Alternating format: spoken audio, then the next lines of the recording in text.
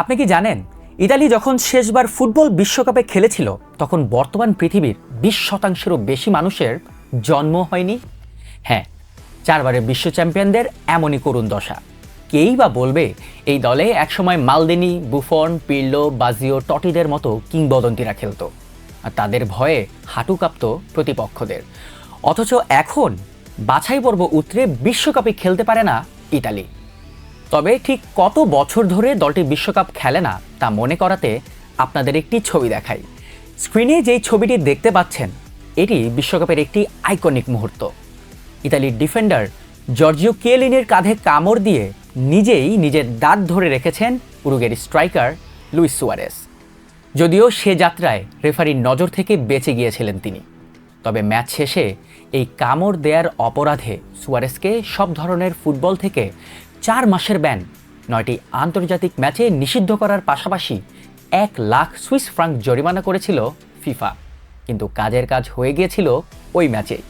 Group পর্বের শেষ ম্যাচে ইতালিকে হারিয়ে পরের রাউন্ডে চলে যায় উরুগুয়ে, আর বিদায় নেয় আজুরিরা।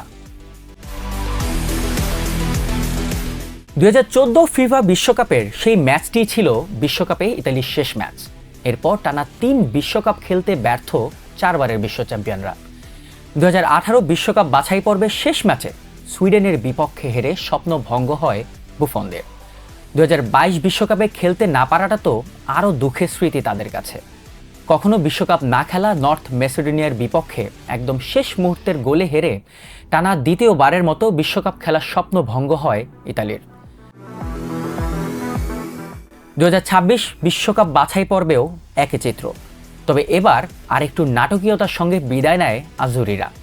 শেষ ম্যাচে বসনিয়া অ্যান্ড হার্জেগোভিনার মুখোমুখি হয়েছিল ইতালি। যে জিতবে সেই খেলবে বিশ্বকাপে।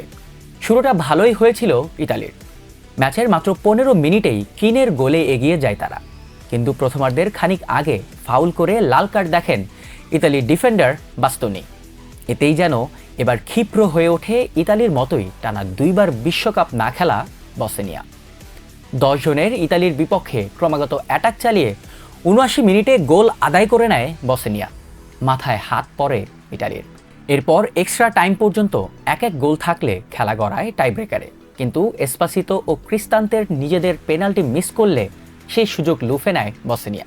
তারা চলে যায় বিশ্বকাপে, আর 4 বারের বিশ্ব চ্যাম্পিয়ন ইতালি রয়ে যায় শোকের মধ্যে। প্রথমবার স্বপ্ন ভঙ্গ হলে আপনি ভাগ্যের দোষ দিতে পারেন, দ্বিতীয়বার স্বপ্ন ভঙ্গ হলেও আপনি ভাগ্যের দোষ দিতে পারেন, কিন্তু টানা 3 বার যখন একইভাবে স্বপ্ন ভঙ্গ হয় তখন শুধু ভাগ্যের দোষ দিয়ে পার পাওয়া যায় না। নিজেদের ফুটবল সিস্টেমকেই প্রশ্ন করা উচিত, কেন এই হাল ইতালির।